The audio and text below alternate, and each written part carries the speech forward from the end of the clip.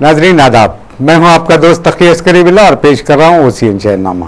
OCN शहरनामे में आपका खैर मकदम करते हुए पहले पेश हैं सुर्खियों के पेश करदा हैं। जिंदगी के हर मोड़ पर Al Safa dairy milk, the real taste of India.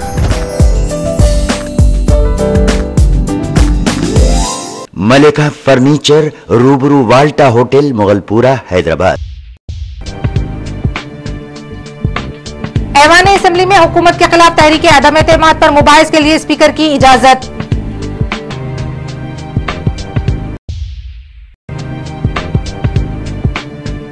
कानून साज असेंबली में वज़ीर आला किरण कुमार रेड्डी और तेलंगाना राष्ट्र समिति कायद हरीश राव के माबैन लफ्जी जंग।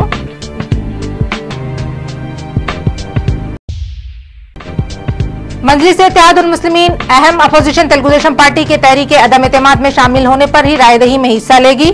सदर मजलिस बैरिस्टर असदुद्दीन अवैसी की press conference. Telugu Desam party के अदम एतमाद तहरीक में हिस्सा न लेने पर अपोजिशन सियासी जमातों की बरहमी।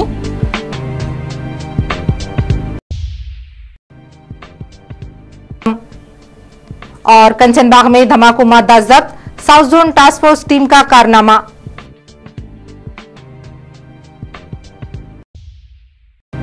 के रामाराव ने additional deputy commissioner police south zone की हैसियत से लिया जायजा। कांग्रेस महिला सभा की नायब सदर शमीमा आगा और एसएनएस के ब्यूरो चीफ मीर मेहदी अली बाकरी ने किया वालेहाना खैर मकदम। लीजिए अब खबरें तफसील से। वज़ीर आला किरण कुमार रेड्डी ने जुमे के दिन ऐवान असेंबली में गैर पार्लिमानी जबान इस्तेमाल करने पर तेलंगाना राष्ट्र समिति के रुकन असेंबली हरीश राव को इंतबा दिया। तेलंगाना राष्ट्र समिति की जानिब से तहरीक अदम एतमाद के पेश नज़र स्पीकर ने इस मसले पर खुले मुबाहिस की इजाज़त दे दी है। वज़ीर आला किरण कुमार रेड्डी ने हरीश राव की तकरीर में गैर पार्लिमानी ज़बान इस्तेमाल करने पर तनकीद की और कहा कि धमकियों से कोई काम नहीं हो सकता, कब किसको और क्या देना है वो इससे बखूबी वाकिफ़ हैं। वज़ीर आला किरण कुमार रेड्डी ने कहा कि तेलंगाना राष्ट्र समिति यह ख्याल करती है कि हमें खौफजदा करने पर उनके मुतालबात तस्लीम किए जाएंगे तो वो गलती पर हैं। किरण कुमार रेड्डी ने कहा कि हम 1 रुपया भी नहीं देंगे, तुम एक सीधे सादे कागज़ पर ये बात लिख ले सकते हैं। वज़ीर आला के तबसरे पर सख्त एतराज़ का इज़हार करते हुए हरीश राव ने किरण कुमार रेड्डी से अपने बयान से दस्तबरदारी अख्तियार करने का मुतालबा किया।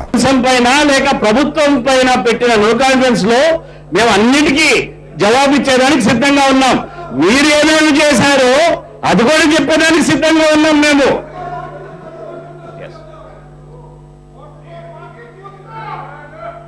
నేను డివేట్ చేయలేదు. రమణారెడ్డి గారు లేచి మా ముఖ్యమంత్రి దయ ఉంటే నేను మంత్రి అవుతాను అన్నాడు.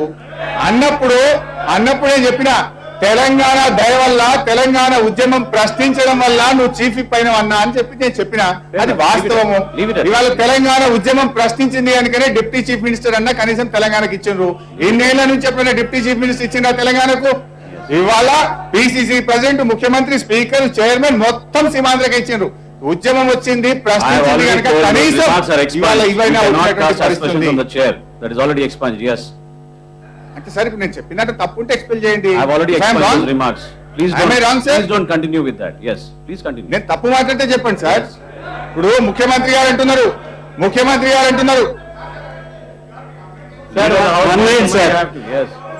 సార్ కాంగ్రెస్ పార్టీ తెలంగాణ ప్రాంతం వ్యక్తిని ప్రధానమంత్రి చేసింది, దేశానికి ప్రధానమంత్రి ఇచ్చింది, అది మర్చిపోవద్దండి. దేశానికి ప్రధానమంత్రి చేసిన ఘనత కాంగ్రెస్ పార్టీకి ఉన్నది. సార్ పాపం ఆ ప్రధానమంత్రి గారికి కాంగ్రెస్ పార్టీ ఢిల్లీలో బొంద పెట్టడానికి గజం జాగ కూడా ఇయ్యని చరిత్ర ఈ కాంగ్రెస్ పార్టీదే. పాపం ఆ ప్రధానమంత్రి శవాన్ని తెచ్చి ఇక్కడ కాలిస్తే ఆ శవం సగమే రానిది బాధతోని. ఆ ప్రధానమంత్రికి తెలంగాణ బిడ్డ కనుక తెలంగాణకే ప్రధానమంత్రి అయినందుకు ఆయనకు మీరు ఇచ్చిన గౌరవం ఏంటంటే ఆయన శవాన్ని ఢిల్లీలో తగలబెట్టడానికి కూడా అవకాశం ఇవ్వని చరిత్ర మీ కాంగ్రెస్ పార్టీది. అదే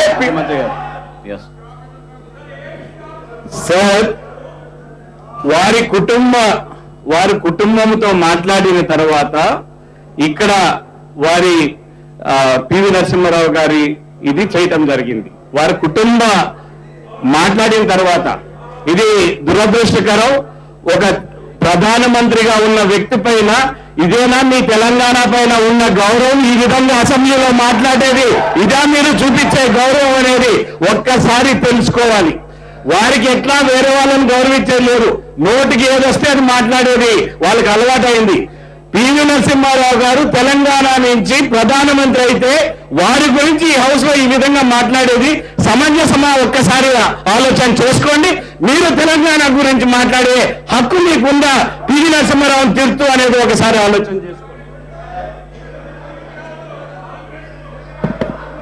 స్పీకర్ సార్, ఇప్పుడు వాళ్ళు ఇంటరప్షన్ చేసినప్పుడు I'm bound to give them reply. Please you have to allow me. ఇప్పుడు వాళ్ళు మధ్యలో వచ్చి ఒకటి మాట్లాడితే నేను రెండు చెప్పాల్సి వస్తుంది. డెఫినెట్ గా చెప్పాలి, చెప్పనియాలి మేము. कानून साज असेंबली में जुमे के दिन तेलंगाना पर करारदाद पेश करने के मुतालबे के तहत तेलंगाना राष्ट्र समिति कायद हरीश राव की वजीर आला किरण कुमार रेड्डी, नायब वजीर आला दामोदर राज नरसिम्हा, कांग्रेस रुकन असेंबली जग्गा रेड्डी और जी वेंकट रमना के दरमियान तल्ख मबाहिस हुए। असेंबली में हरीश राव ने उन तमाम कायदीन के साथ डट कर बहस की, जबकि वजीर आला किरण कुमार रेड्डी ने भी हरीश राव की बहस का मुंह तोड़ जवाब दिया। जग्गा रेड्डी ने कहा कि तेलंगाना राष्ट्र समिति एक नौमौलूद जमात है जिसका मकसद सिर्फ तेलंगाना रियासत का हुसूल है। तेलंगाना राष्ट्र समिति को दीगर सियासी उमूर में मदाखलत का कोई हक नहीं है। डिप्टी चीफ मिनिस्टर दामोदर राज नरसिम्हा ने कहा कि हम मेदक में इंफॉर्मेशन टेक्नोलॉजी और ITI कॉलेजेस कायम किए हैं। मरकजी हुकूमत ने आला तालीम के फरोख्त के लिए उसूली तौर पर इत्तेफाक कर लिया है। रियासती कानून साज असेंबली में तहरीक इल्तिवा पर मबाहिस की इजाज़त न देने पर अपोजिशन तेलुगु देशम पार्टी और तेलंगाना राष्ट्र समिति मेंबर्स पोडियम तक पहुंचकर तहरीक इल्तिवा पर फौरी मबाहिस का मुतालबा किया। सूरत हाल में बेहतरी न आने के सबब स्पीकर ने निस्फ घंटे के लिए ऐवान की कार्रवाई को मुलतवी कर दिया था। तेलुगु देशम पार्टी ने बरखी कटौती और पानी की किल्लत और तेलंगाना राष्ट्र समिति तेलंगाना पर एक करारदाद पेश करने के अलावा बरखी किल्लत की वजह से फसलों के नुकसान और वैसा कांग्रेस पार्टी ने पीने के पानी की किल्लत के मसले के अलावा मजलिस इत्तेहादुल मुस्लिमीन और भारतीय जनता पार्टी ने बरखी की किल्लत पर नोटिस दिए थे। बाएं बाजू की जमातें बरखी की शरह निर्ख को वापस लेने के लिए मुबाहिस का मुतालबा किया। नागम जनार्दन रेड्डी ने तेलंगाना में नौजवानों की खुदकशी के वाक़यात पर मुबाहिस की ख्वाहिश की थी। स्पीकर ने तमाम तहरीकात इल्तिवा पर मुबाहिस की इजाज़त नहीं दी। तेलंगाना राष्ट्र समिति की जानिब से कांग्रेस हुकूमत के खिलाफ तहरीक अदम एतमाद पर मुबाहिस के लिए जुमे के दिन कबूल कर लिया गया। स्पीकर एन मनोहर ने तेलंगाना राष्ट्र समिति के तहरीक इल्तिवा पर मुबाहिस की इजाज़त दे दी और बिजनेस एडवाइजरी कमेटी में इस तहरीक पर रायदही का फैसला किया गया।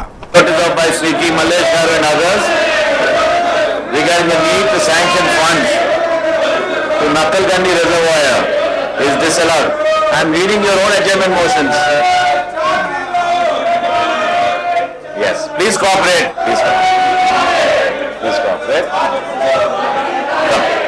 You must.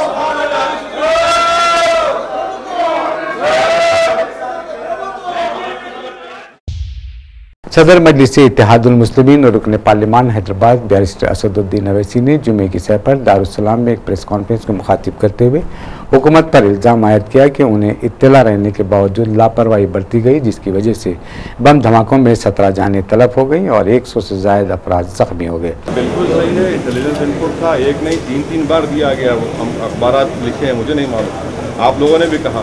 तो जाहिर है जब 3 बार स्पेसिफिक इनपुट आया तो उस पर इनको कार्रवाई करनी चाहिए थी, देखना चाहिए था। मगर फिर भी अब हमारा मुतालबा ये है कि NIA को एक प्रोफेशनल जॉब करेगी, वो उनको करना भी चाहिए और जो असल मुल्जिम है उनको यकीनन पकड़ना चाहिए और पकड़े जाएंगे। जी बिल्कुल, लेकिन हैदराबाद क्यों 2007 से 3 बार हुआ? अब हैदराबाद क्यों, उससे पहले आप देखेंगे कई और वाक़यात भी हुए। तो ये कम से कम अब हमको ये देखना है कि जो कमज़ोरियाँ हैं, जो नुक्स है, उसको हम दूर करें ताकि दोबारा इस तरह का वाक़यात ना हो। देखिए, जिन लोगों ने अपने रिश्तेदारों को, अपने बेटे को, अपने भाई को, अपने शौहर को खोया है, उनका गम तो ज़िंदगी भर का है। हमको कोशिश करना है कि हम और हमारी जानें ना जाएं इसमें, और इसके लिए बहुत ज़रूरी है कि हम सबको साथ लें और मुल्क को एक होना पड़ेगा। देखिए, दहशतगर्द तो हमको हिंदू मुस्लिम नहीं देख रहा, दहशतगर्द तो हिंदुस्तानी मारो इसको। तो सबसे पहला काम हमको करना चाहिए, मीडिया को भी करना चाहिए कि वो इसको मज़हब के ऐनक से ना देखें। दहशतगर्द जो होता है उसका देखिए, जो कमज़ोरियाँ हैं, जो चाहे वो सिस्टम में कमज़ोरियाँ हों या पुलिस में हो या इलेक्ट्रॉनिक सर्वेलेंस में हो या जो भी टेक्नोलॉजी में हो, उसको फ़ौरन पूरा करें और आवाम को साथ लें। अगर हम आवाम को साथ लेंगे तो यकीन मानिए ये इंशाल्लाह ज़रूर होगा। जी, लेकिन उन्होंने इल्ज़ाम आयद किया कि शहर में जब कभी बम के धमाके सरजद होते हैं तो पुलिस मुस्लिम नौजवानों को गिरफ्तार करती है। माजी में ये तजुर्बा है कि मुस्लिम नौजवान बेकसूर पाए गए, उन्हें रिहा भी किया गया और मुआवजा भी अता किया गया। बैरिस्टर असदुद्दीन अवैसी ने कहा कि अब पुलिस अपनी कोताही से दामन बचाने के लिए मुस्लिम नौजवानों को बम धमाकों के सिलसिले में सुमाह में गिरफ्तार करके उन्हें हरासा करने के बाद शाम को रिहा कर रही है। बैरिस्टर असदुद्दीन अवैसी ने कहा कि आंध्र प्रदेश की तारीख में पहली मरतबा अहम अपोजिशन तेलुगु देशम हुकूमत के खिलाफ तहरीक अदम एतमाद से दूरी इख्तियार कर रही है। उन्होंने कहा कि मौजूदा कांग्रेस हुकूमत सियासी तौर पर यकसर नाकाम है, जिसका 11 या 12 माह बाद नतीजा बरामद होगा। उन्होंने कहा कि तेलंगाना राष्ट्र समिति ने तहरीक अदम एतमाद पेश की है, जबकि YSR Congress party, Bharatiya Janata party, CPI और सीपीएम उनकी तायद कर रहे हैं। तेलंगाना राष्ट्र समिति तेलंगाना के मसले पर तहरीक अदम एतमाद पेश करने का दावा कर रही है, जो सरासर गलत है, क्योंकि तेलंगाना का मसला मरकजी हुकूमत के दायरे इख्तियार में है। बैरिस्टर असदुद्दीन अवैसी ने कहा कि जो सियासी जमातें तहरीक अदम एतमाद पेश कर रही हैं, बिलवास्ता तौर पर भारतीय जनता पार्टी की तायद कर रही हैं। उन्होंने कहा कि वाज़ेह तौर पर तहरीक अदम एतमाद का नाकाम होना यकीनी है। उन्होंने कहा कि तहरीक अदम एतमाद से हमारा एहसास है कि तमाम रियासती सियासी जमातों की जिम्मेदारी है कि वो तहरीक अदम एतमाद को कामयाब बनाएं, लेकिन अदबी एतबार से ये मुमकिन नहीं है। बैरिस्टर असदुद्दीन अवैसी ने कहा कि भारतीय जनता पार्टी एक फ़िरक़ापरस्त जमात है और वो नरेंद्र मोदी को वज़ीर-ए-आज़म बनाने के लिए कोशां है। इस कोशिश के नतीजे में भारतीय जनता पार्टी को आंध्र प्रदेश और उत्तर प्रदेश पर इन्हिसार करना होगा, क्योंकि यहाँ पार्लिमानी नशिस्तों की ज़ायद तादाद के अलावा संघ परिवार की 30 नशिस्तें हासिल हो सकती हैं। रुकन पार्लिमान हैदराबाद ने कहा कि अहम अपोजिशन तेलुगु देशम पार्टी की जानिब से तहरीक अदम एतमाद में हिस्सा लेने की सूरत में ही मजलिस इत्तेहादुल मुस्लिमीन ने भी रायदही का फैसला किया है। उन्होंने कहा कि कांग्रेस पार्टी इमदाद बामी की कामयाबी पर मुतमईन है और अपनी दानिश में वो ये तसव्वुर करती है कि आम इंतखाबात में भी कांग्रेस पार्टी को अक्सरियत हासिल होगी, जो सरासर गलत है। उन्होंने भारतीय जनता पार्टी की तायद करने पर वाईएसआर कांग्रेस पार्टी की मजम्मत की। उन्होंने कहा कि हम भी तहरीक अदम एतमाद की कदर करते हैं, लेकिन रायदही में हिस्सा लेने से खासिर हैं। उन्होंने कहा कि हम अवाम हैं और अवाम की राय अहम है। अवाम अगर हुकूमत के खिलाफ है तो कांग्रेस यकीनन इख्तिदार से महरूम हो जाएगी। उन्होंने इस सिलसिले में 1994 के आम इंतखाबात का हवाला दिया। तेलुगु देशम पार्टी और तेलंगाना राष्ट्र समिति मेंबर्स के पोडियम तक पहुंचकर तहरीक इल्तिवा पर मबाहिस के पेश नज़र ऐवान की कार्रवाई के इल्तिवा के बाद मीडिया पॉइंट पर तहरीक अदम एतमाद के साथ सियासी जमातों के दरमियान लफ्ज़ी रंग का तबादला हुआ। तेलंगाना राष्ट्र समिति के क़ायद के तारक रामाराव और दीगर ने तेलुगु देशम पार्टी को तनकीद का निशाना बनाते हुए कहा कि वो तहरीक अदम एतमाद से फरार इख्तियार कर रही है।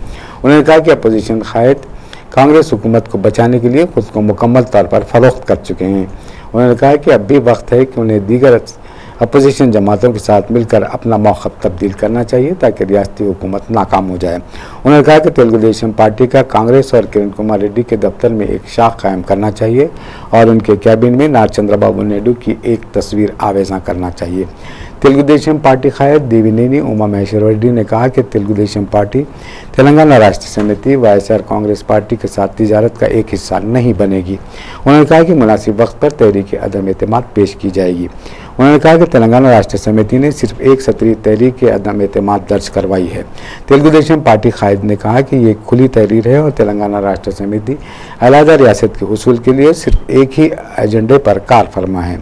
कांग्रेसी क़ायद शैला जन्नात ने कहा कि कोई भी कांग्रेस को इख्तिदार से महरूम नहीं कर सकता। उन्होंने कहा कि मौजूदा एहसास के तनाजुर में तहरीक अदम एतमाद सियासी मफादात के लिए एक ड्रामा है। वाईएसआर कांग्रेस पार्टी की डिप्टी फ्लोर लीडर शोभा नागिरेड्डी ने आज कहा है कि तेलुगु देशम पार्टी के सरबराह नार चंद्रबाबू नायडू इंतखाबी बुखार में मुब्तला हैं। उन्होंने कहा कि नार चंद्रबाबू नायडू अपने मौक़िफ़ के इजहार के लिए बरसर इख्तिदार जमात के साथ बैक वक्त कई खेल खेल रहे हैं। शोभा नागिरेड्डी ने कहा कि जब हमने बरक़ी कटौती के खिलाफ नोटिस दी तो अहम अपोजिशन क़ायद ने अपने पार्टी मेंबर्स को रायदही में हिस्सा न लेने के लिए एक व्हिप जारी किया, जिससे मालूम होता है कि कांग्रेस और तेलुगु देशम पार्टी अपने बाहमी मफादात के लिए मिली भगत के साथ काम कर रहे हैं। उन्होंने कहा कि तेलुगु देशम पार्टी ने एक व्हिप जारी करते हुए बिलवास्ता तौर पर कांग्रेस की तायद की है। कानून साज असम्बली के स्पीकर एन मनोहर ने तेलंगाना राष्ट्र समिति के क़ायद मुखन्ना एटेला राजेंद्रन की हुकूमत के खिलाफ तहरीक अदम एतमाद पर मबाहिस की इजाज़त दे दी है, क्योंकि वो 294 रुकनी ऐवान में 10% अक्सरियत रखते हैं। ये तहरीक कायदा 75 के तहत दी गई है। ये तहरीक अदम एतमाद की YSR Congress party, Bharatiya Janata party, Telangana राष्ट्र समिति, CPI और CPM के अलावा एक आज़ाद उम्मीदवार भी तायद कर रहे हैं। तेलुगुदेशम पार्टी के रुकने असम्बली D. उमा महेश्वर राव ने तहरीक अदम एतमाद पर वोट के लिए किसी व्हिप जारी करने की तरदीद की। इसके फौरी बाद तहरीक अदम एतमाद को कबूल करते हुए एक खुसूसी बिजनेस एडवाइजरी कमेटी में अदम एतमाद पर वोटिंग की कार्रवाई के लिए मुबाहिस हुए। अगरचे अपोजिशन जमातों ने कहा कि तहरीक अदम एतमाद अहम मसाइल के सबब पेश की गई है, ताहम स्पीकर ने कहा कि काबीना जब अदम एतमाद तहरीक से गुजर रही है तो उस वक्त तक कोई कार्रवाई नहीं हो सकती। अखिल भारतीय योजना समख्या ने सिविल सर्विस में तेलुगु जबान के इस्तेमाल को फिलफार रूब अमल लाने के लिए असम्बली तक एक मार्च मुनज़्ज़म किया। समख्या ने कहा कि वज़ीर आला किरण कुमार रेड्डी के दौर इख्तिदार में तेलुगु को फ़रोग़ देने का ऐलान किया गया था। रियासती कारगुजार ऑर्गेनाइजिंग सेक्रेटरी के कुमार स्वामी ने कहा कि इस हुकूमत ने आलमी तेलुगु कॉन्फ्रेंस के दौरान कई वादे किए, जिसमें 10वीं जमात तक तेलुगु लाजमी करार दिया गया था। समख्या के एहतजाजी असम्बली के बाबूद दाखिले तक पहुंच गए और वहां नारे बुलंद करने लगे।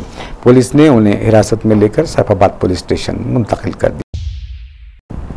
वज़ीर असम्बली उमूर D. श्रीधर बाबू ने ऐवान में अपोजिशन जमातों से कहा है कि वो गैर ज़रूरी खलल पैदा करने के बजाय अवामी मसाइल पर बातचीत के लिए तहरीक इल्तवा पेश करें। उन्होंने अपोजिशन से अपील की कि वो ऐवान का वक्त बर्बाद न करें।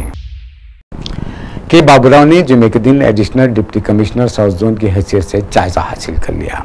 के बाबूराव ने M. रज़ाक से जायज़ा हासिल किया है। कांग्रेसी कायदीन प्रदेश कांग्रेस कमेटी के सेक्रेटरी रज़ा हुसैन आज़ाद, आंध्र प्रदेश महिला विंग की नायब सदर शमीम आगा ने उनके दफ्तर पहुंचकर वालिहाना खैर मकदम किया और गुलपोशी की। SNS के ब्यूरो चीफ मीर मेहदी अली बाखरी ने भी दिली खैर मकदम करते हुए गुलदस्ता पेश किया। वाज़ेह है कि बाबूराव ने पुराने शहर में महकमे पुलिस के मुख्तलिफ ओहदों पर खिदमात अंजाम दिए हैं।